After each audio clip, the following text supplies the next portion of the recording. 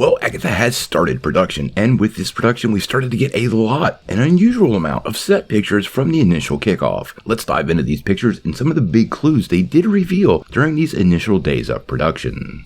Well, as many of you know, Agatha Coven of Chaos is going to pick up where WandaVision left off. We last saw Agatha Harkness under a new spell from the Scarlet Witch, and since the Scarlet Witch seemed to have died at the end of Multiverse of Madness, it appears Agatha is free and on the hunt once again. Now, plot details for the show are far and few between, but we do know there has been a boatload of casting news, and along with that, some of these initial appearances of these casting members. Now, like I was saying, there has been an unusual amount of set pictures coming out of this production so early, but it appears they're shooting at a local mall, and due to that, controlling that is, well, rather difficult. So I thought we could take a couple minutes to check them out. Now, first and foremost, we get some pictures setting up Westview. This includes some pictures of the mall, a map of the mall, and even some of the Westview Police Department, which is pretty interesting to me. But then we start to get some more looks at Agatha herself, played by Catherine Hahn. Obviously, the pictures don't reveal a lot, but in several of these pictures, you see Joe Locke. Locke's casting has still not been fully revealed, but many people believe he is playing Wiccan. Now, in one of the shots, you actually see him following her. Now, I'm not sure if this is a scene or them just moving to one of the locations on set.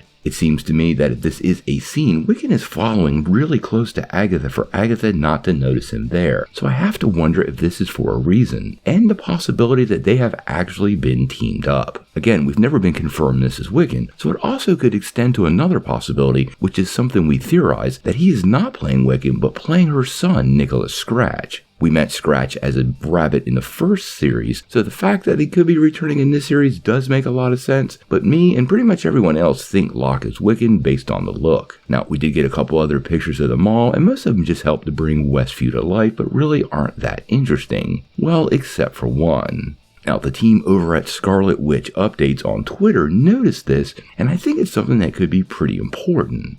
Ollie Ann has been cast for the show. We reported on it a couple of weeks ago, but we've never found out who exactly she's playing. Now, she was photographed on set in a security uniform, and on that uniform she has a name tag which reads Alice.